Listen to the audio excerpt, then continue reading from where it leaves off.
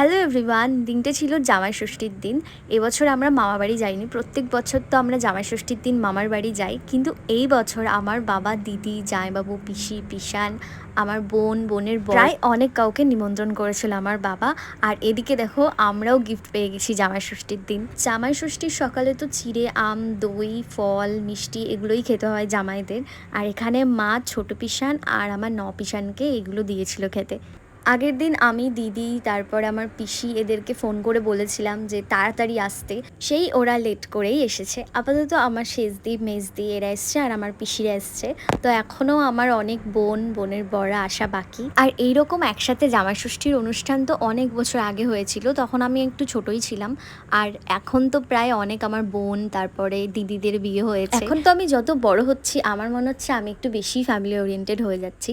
ছোটবেলা থেকেই আমি একটু পরিবারের সাথে টাইম কাটাতে ভালোবাসি, কিন্তু এটা যখন আরও বড় হচ্ছে, আমার দিদিদের সাথে, বোনদের সাথে ভাইস ম্যাচ করছে, আমার মনে হচ্ছে আমি ভীষণ হ্যাপি থাকছি এদের সাথে। এদিকে সবার লাস্টে এসেছিল পিয়া আর পিয়ার বর, মানে আমার ছোট পিসির মেয়েরা। আর আজ সেই সেজো পিসি সকাল 7:30টায় এসেছে, আর সেই থেকে নিজের হাতে সমস্ত রান্না করেছে। এই ক্রেডিটটা তো সেজো পিসিকে না দিলেই নয়। আমার সেজো পিসি না থাকলে এত কিছু রান্না এত তাড়াতাড়ির মধ্যে করা পসিবলই হতো না।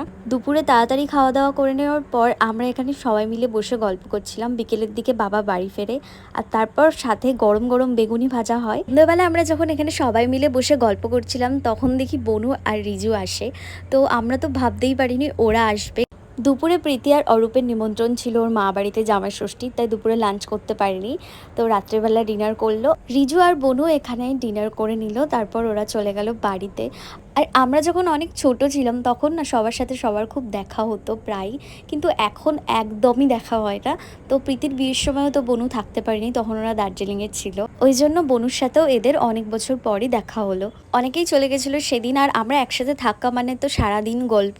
তারপর আমরা রাতের ডিনার করে যে যার মতন ঘুমিয়ে পড়লাম। চলো টাটা, আবার কাল দেখা হচ্ছে।